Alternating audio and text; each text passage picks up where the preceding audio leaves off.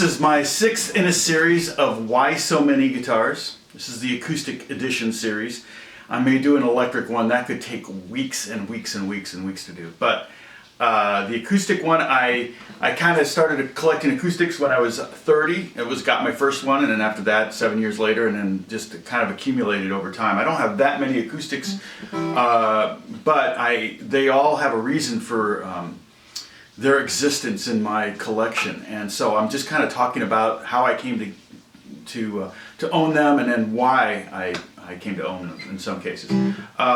This one is a 60s Gibson Folksinger, and it's a little odd looking because it has a pickguard that's up here. Technically, originally it had a pickguard down here, and as well, they came that way. It's a Folksinger guitar. I think what the guys at Gibson were thinking back in the 60s, these kids today, they're using these things called plectrums. They're going to scratch up the guitars, so we should cover them with plastic. So in fact, if you look closely, it's really scratched up right here from picks. So they were probably right. But at some point I could get a cover put on there, or have someone make me a piece there, but I kind of like it this way. It's just kind of unique looking. I do not have a pickup in it. It's primarily used for the studio. I got this in trade for a session. I had a friend that was doing a record, and he wanted me to play on it, but he couldn't afford to pay me. So he said I could pick any guitar out of his collection. And then I went to his house, I went to his home studio, and started working on the record. And he had kind of a wall of guitars, maybe 15 guitars. And I said, okay, I like that Gibson Folksinger. He said, oh, but not that one. So I was like, oh, okay. And I really didn't see anything that I wanted or needed. But he did have a Godin electric guitar. It was like a kind of a Les Paul shape cutaway with 2 humbuckers. It also had an acoustic pickup in it, and it also had a MIDI pickup in it. So it was a guitar that I thought, well, maybe it could be a do-everything kind of guitar. Maybe I'll like it. So he let me have that one, and I never used it. I mean, the case was giant for one thing. I remember that. And about a year and a half later, though, he asked if he could have that, if he could swap this guitar, the one that I wanted originally, with that one, and I was like, of course. And I think it was he wanted that guitar back. He didn't really use this one, so I'm always going to prefer kind of a vintage guitar anyway. So this guitar, for me, I love using it for kind of the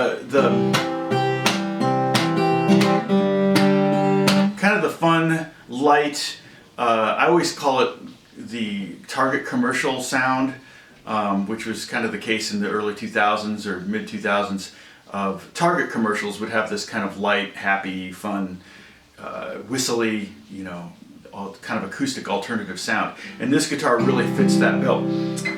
It's got a very wide neck on it, so it's kind of one of those guitars I have to have in my hand for a few minutes before I can really feel it, and before I miss strings, because if I just pick it up and kind of swap back and forth, I'm going to be like, oh shoot, my finger's on the wrong string. It's that wide. It's as wide as a classical guitar.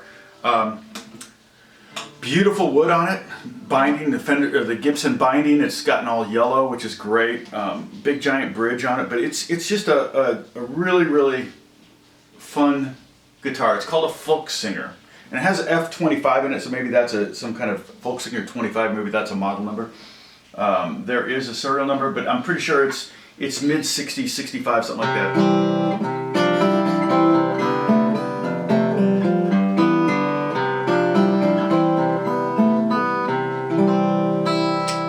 It has the original Kluson tuners on it, which are really cool. Those are dope. And what else? What else do I like about this guitar? I just thought, it's just one I like to have around picking up. Oh, and another thing, it's really good for slide. Oh, and I'll tell you another thing I did.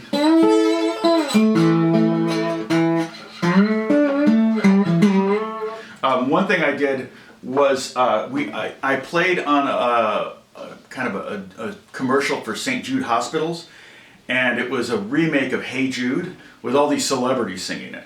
And so I did all the guitars and bass on it, and I wanted kind of to get that Beatle guitar sound. And they used the Gibson The J160 or I can't remember. I think that's the model number, but the electric ones with the pickup here. I didn't have a pickup in this, obviously, and I was listening to Hey Jude, and they called the song Hey Saint Jude.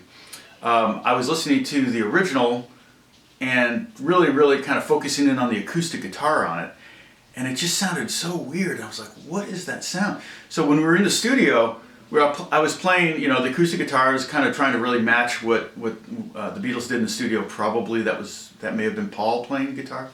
I'm not sure. Maybe John. I don't even know who played acoustic guitar on that song. But then we ran it through an amp model to kind of give it a little bit of an amp sound, a little bit of spring reverb, a little bit of speaker emulation, things like that. And it got to that sound where it was like, okay, this is closer to what they did. So it kind of gives me the impression that maybe they plugged the Gibson into an amp and then mic'd the amp. Probably somebody out there knows that. I have a friend that probably would know that. And so anyway, this is the Gibson Folksinger. And fun guitar, great sound, great happy sound on it. God bless you guys. Talk to you soon.